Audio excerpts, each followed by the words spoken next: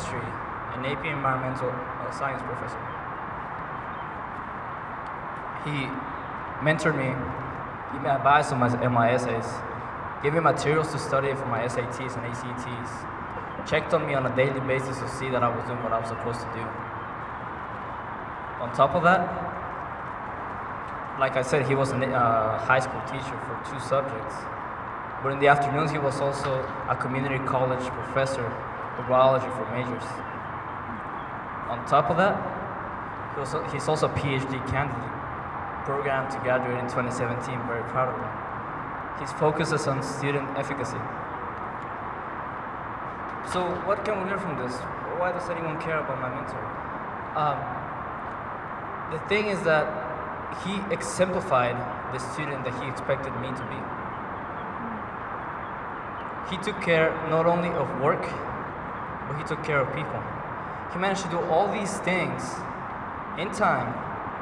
I still check back with family back in Africa. I still check back with me at night. To this day, we still text at night, make sure that each one of us is okay. He lives what he preaches. Now, me, I'm not going to claim to be a leader, because those who claim to be leaders are generally not leaders. I don't know if you noticed.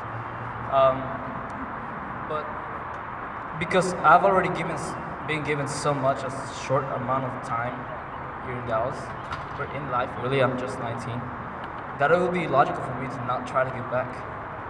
And so I've been tutoring kids with College Bound on their Mustang Heroes on Saturdays on their SAT math for the past year. And currently, I'm helping CHAS, which is College Hispanic American Students, to put together a college prep conference for students from all over DISD. For those of you who don't know, DISD is the Dallas Independent School District. So these are high schools from all over the city. And we're calling on these kids to come so we can teach them what college is really like. We have invited professors from almost every school at SMU, from Lyle, from Cox, from Deadman, so that they can learn what is for them, what is their calling. Is it science? Is it the arts? Is it teaching somebody? I want these kids to know that there is more out there than the high school life. There's more out there than getting your license and having a car and driving your girlfriend around. But really, the takeaway from that is the definition of leadership. Because what have we learned from these 3 examples about leadership? We've learned, number 1, that leadership is a service. Leadership is not about you. Leadership is not about a position held. Leadership is about what you do for others. Moreover, as we've learned from my mentor, leadership is not only what you do for others, but leadership is a lifestyle. Because a leader cannot simply put on the hat of leadership and take it off whenever he's tired of it. A leader must always live in the correct way, in a way that is looked upon by others. And so that, to me, is something beautiful, and I'm going to tell you why. I believe in everybody's potential to be a leader. And I believe that when each one of us becomes a leader, when each one of us starts thinking about the next person, when each one of us starts thinking about what the community needs, then that's when the community becomes integrated in itself. I believe in locality.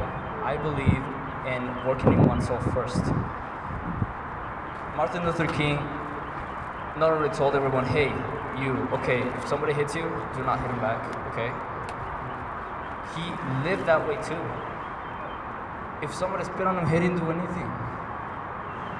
He lived the way he preached. And so I believe that sometimes it is a necessity to work on oneself before one starts to work on somebody else. And so I believe that it is necessary that we become leaders.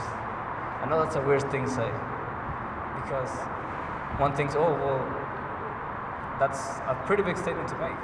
I'm pretty young, or I don't know how to do that. But really, you're a leader when you open the door for someone. You're a leader when you help somebody with their homework. Leaders don't come in sizes or shapes. Leaders come in all forms, in my opinion. So, really, to conclude my talk now, what I come to do is to challenge you to write history, to challenge you to become leaders. Because I believe that the sum of our infinite actions is going to write history eventually.